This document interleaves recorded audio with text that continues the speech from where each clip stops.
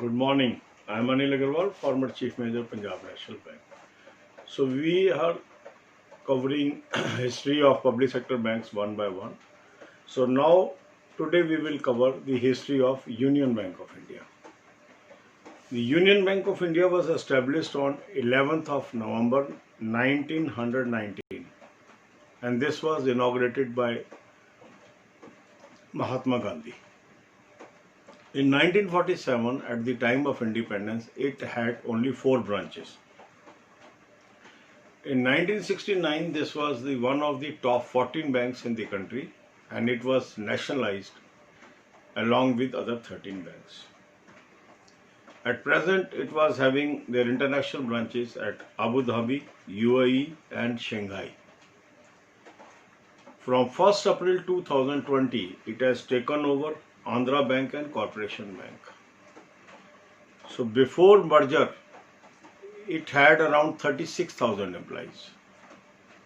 And more than this is added on account of Andhra and Corporation Bank. Now after merger, merged Union Bank has 75,000 employees. Then after merger, the total number of branches of Union Bank has now crossed 9,500 mark. So it has become a very big bank. If we rank, it may be after State Bank, PNB, Bank of Baroda, Canara, and then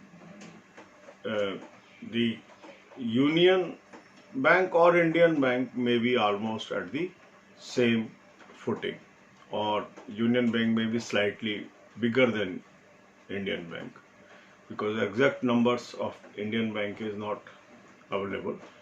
So it is a big bank, good bank to work with. अब यही बातें हम हिंदी में करेंगे. सभी public sector बैंकों की हम हिस्ट्री एक एक करके कवर कर रहे हैं और ऑलमोस्ट सभी बैंक अब हमारे कवर हो गए. आखिरी 2 बैंक ये बचे हैं, एक है यूनियन बैंक और यूनाइटेड बैंक. तो आज हम यूनियन बैंक की हिस्ट्री कवर कर रहे हैं, कल हम यूनाइटेड बैंक की कवर करेंगे. यूनियन बैंक की स्थापना 11 नवंबर 1919 को हुई. इसका उद्घाटन महात्मा गांधी ने किया. 1947 में जब आज़ादी मिली तो इसकी केवल 4 शाखाएं थी. 1969 में जब राष्ट्रीयकरण हुआ तो ये कंट्री के 14 टॉप बैंकों में से एक बैंक था, तो इसका भी राष्ट्रीयकरण अन्य 13 बैंकों के साथ हुआ. आबू धाबी, यूएई और शंघाई में इंटरनेशनल ब्रांचेज हैं. 1 अप्रैल 2020 से यूनियन बैंक ने आंध्रा बैंक और कॉर्पोरेशन बैंक को टेक ओवर कर लिया. वो इसके अंदर सम्मिलित हो गए. इस मर्जर से पहले यूनियन बैंक के लगभग 36,000 एम्प्लॉइज थे, पर मर्जर के बाद ये एम्प्लॉइज की संख्या बढ़कर 75,000 हो गई है. मर्जर के बाद जो टोटल शाखाएं हैं वो अब 9,500 हो गई हैं. तो अगर इस तरह से हम देखें तो आज कंट्री के लार्जेस्ट बैंक्स के अंदर इसका नाम हो गया. अगर सबसे बड़ा बैंक स्टेट बैंक, उसके बाद पंजाब नेशनल बैंक, उसके बाद बैंक ऑफ बड़ौदा, उसके बाद केनरा बैंक. अगर उसके बाद हम देखें तो यूनियन बैंक और इंडियन बैंक ऑलमोस्ट मेरे ख्याल बराबर साइज के होंगे, या यूनियन बैंक थोड़ा सा उससे बड़ा होगा, क्योंकि इंडियन बैंक का पूरा आंकड़ा अभी अवेलेबल नहीं है. तो महत्वपूर्ण बैंकों में अब गणना है और मर्जर के बाद एक बड़े बैंक के रूप में ये स्थापित है.